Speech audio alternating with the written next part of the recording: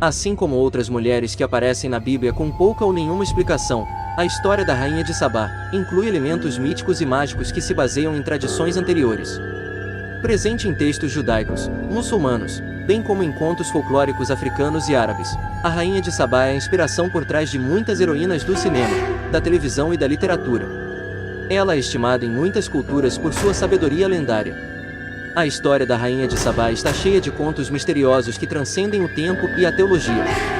Bom, há uma tonelada de fatos interessantes sobre quem foi a Rainha de Sabá, a história da rainha meio humana e meio demônio. Então já deixa o dedão nesse like, não deixe de se inscrever, sejam bem-vindos ao canal Estúdio de Histórias. E bora pro vídeo.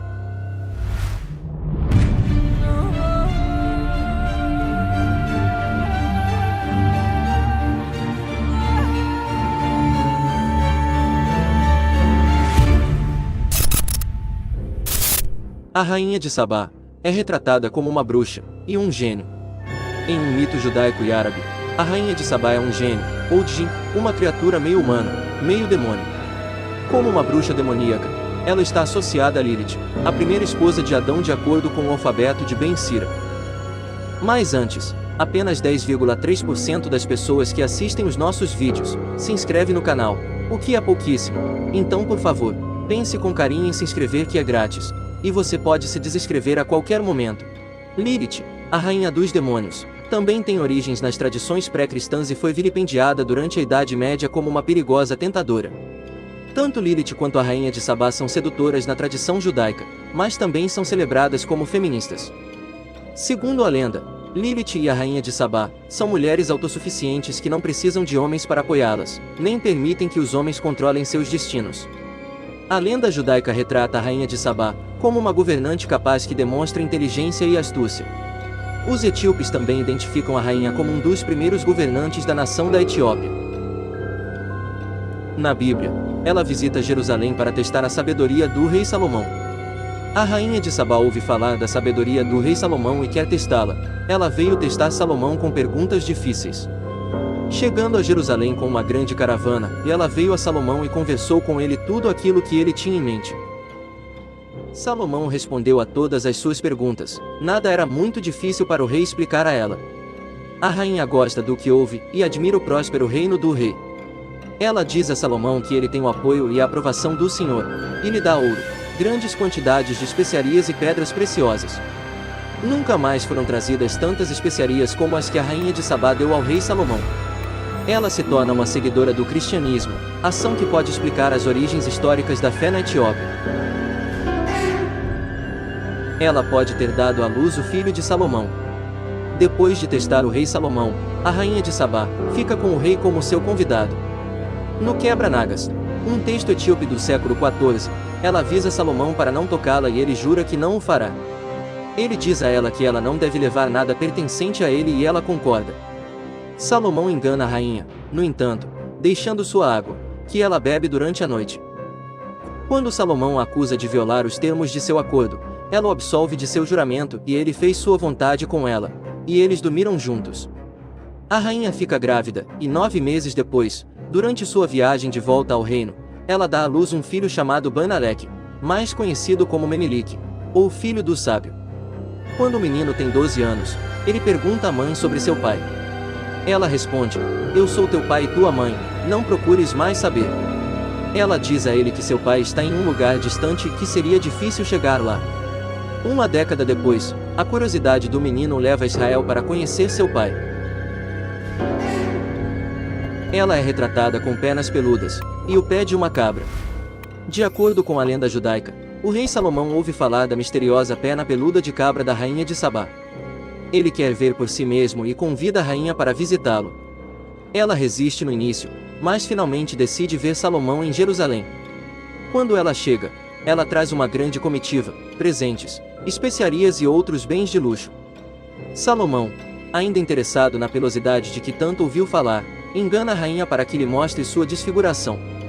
Em uma versão, o rei observa a perna de cabra se transformar magicamente em uma perna humana enquanto ela caminha pelo chão na frente dele, mas em outras narrativas, ele ordena que seus servos inventem um depilatório que a rainha usa para se livrar de o cabelo.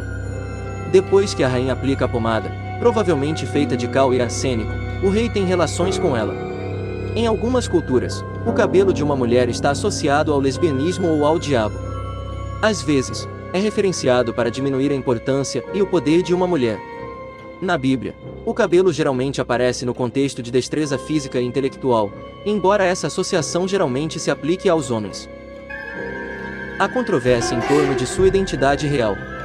Parte da controvérsia sobre a rainha de Sabá e sua identidade é a falta de um nome. Nos textos judaicos, ela é descrita como a rainha da terra de Sabá, algo que também se transfere para os escritos cristãos.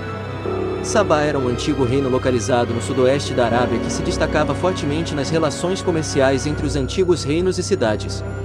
O escritor cristão primitivo Joséfo a chama de rainha do Egito e da Etiópia. O Alcorão também discute o encontro entre a rainha de Sabá e Salomão. Escritores islâmicos se referem a ela como Balquis e identificam Sheba como um reino no Iêmen. A rainha de Sabá finalmente recebe um nome próprio no etíope, Quebra-Nagas. O texto do século XIV a chama de Maquedá, governante da Etiópia e Sabá. Uma mulher formidável e mãe de um filho que representa uma mistura de cultura africana, árabe, judaica e cristã, bem como política e economia. Seu encontro com Salomão é diferente em cada texto. A ideia de que Salomão manipula a rainha de Sabá, para lhe mostrar sua perna peluda, e parecida com uma cabra aparece, pela primeira vez em relatos rabínicos e está incluída em tradições religiosas posteriores. O Alcorão baseia-se fortemente na versão judaica, descrevendo como um dos pássaros do rei Salomão que visita um reino misterioso onde as pessoas adoram o sol, não o Senhor. Salomão envia um convite à rainha, convidando-a a se submeter a ele. A rainha se recusa e envia ao rei um presente por sua bondade. Salomão responde ameaçando invadir seu reino, então ela decide visitá-lo pessoalmente. Na versão do Alcorão, a rainha de Sabá é testada quando chega. Salomão rouba seu trono e o instala em um pavilhão feito de cristal. Quando perguntada se é dela, ela responde que é.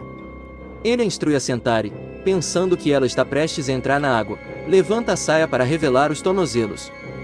Quando ela descobre que seu trono está realmente cercado por cristal, ela fica impressionada e diz a Salomão: Meu senhor, de fato eu me prejudiquei e me rendo com Salomão a Deus, o Senhor de todo o ser. No folclore persa, ela é a filha de um rei chinês. A história persa da rainha de Sabá dá um salto significativo ao identificar sua filiação. Na tradição persa, acredita-se que a rainha seja filha de um governante chinês, e de um peri, um ser sobrenatural caído. O governante chinês, chamado Abu Shar, e o peri, produziram uma descendência conhecida como a Rainha do Sul. Quando a Rainha do Sul assumiu a forma humana para visitar a Terra, ela era conhecida como a Rainha de Sabá. Para muitos cristãos, esta Rainha do Sul coincide com a Rainha do Sul mencionada no livro de Mateus. O Novo Testamento chama a convidada de Salomão de Rainha do Sul. O Novo Testamento menciona a Rainha do Sul nos livros de Mateus e Lucas, e muitos assumem que esta é uma referência à Rainha de Sabá. De acordo com Mateus capítulo 12 verso 42, a Rainha do Sul se levantará no julgamento com esta geração, e a condenará, pois ela veio dos confins da terra para ouvir a sabedoria de Salomão, e agora algo maior do que Salomão está aqui. Uma interpretação enciclopédica do Novo Testamento postula que o uso de Sul, em vez de Sabá, pode ser usado para enfatizar o quão longe ela viajou para ver o rei. Seu filho trouxe a Arca da Aliança para a Etiópia. No Quebra-Nagas, quando Menelik retorna a Israel para encontrar seu pai, ele leva consigo um anel que Salomão deu à rainha de Sabá durante seu tempo juntos. Ao chegar, Menelik apresenta o anel a Salomão, e o rei o recebe de braços abertos. Menelik fica com Salomão por anos estudando a Torá. Quando Salomão pede a Menelik que assuma o cargo de rei após sua morte, ele recusa, insistindo que precisa retornar à Etiópia. Salomão ordena que os filhos primogênitos de todos os nobres de seu reino acompanhem Menelik em seu retorno à Etiópia. Antes que o grupo deixe Jerusalém, um dos filhos rouba a Arca da Aliança e a substitui por uma réplica. Menelik quer devolver a Arca para Jerusalém, mas finalmente decide que é a vontade de Deus que ele a leve para a Etiópia. Salomão é dissuadido de ir atrás dele quando um sonho lhe diz que a Arca deveria estar na Etiópia também. No final, Menelik entra na capital etíope de Aksum com a Arca, onde é colocada em um templo. De acordo com a tradição etíope, ainda permanece lá hoje. Então, me diga livremente tudo o que vocês acharam sobre estas informações nos comentários. Se inscreva no canal e ative o sininho das notificações para não perder nenhum de nossos vídeos. Um abraço e até mais.